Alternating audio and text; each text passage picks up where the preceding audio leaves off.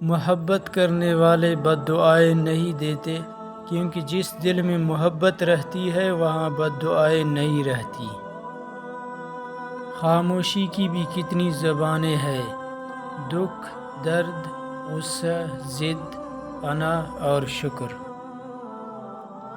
وہ انسان کامیاب ہے جو خوشی اور غم کو ظاہر نہ کرے۔ نسلی دوست جتنا بھی ناراض ہو مگر وہ دشمنوں کی صف میں کھڑا نہیں ہوتا۔ عقل گھر بیٹھ کے بادام کھانے سے نہیں آتی، باہر جا کر ٹھوکریں کھانے سے آتی ہے۔ نماز عادت بن جائے تو کامیابی مقدر بن جاتی ہے۔ اللہ ناراض ہو تو رزق نہیں چھینتا بلکہ سجدے کی توفیق چھین لیتا ہے۔ حساس ہونا بھی خود پر عذاب ہی ہے، ہر کسی کی چھوٹی چھوٹی بات محسوس ہوتی ہے۔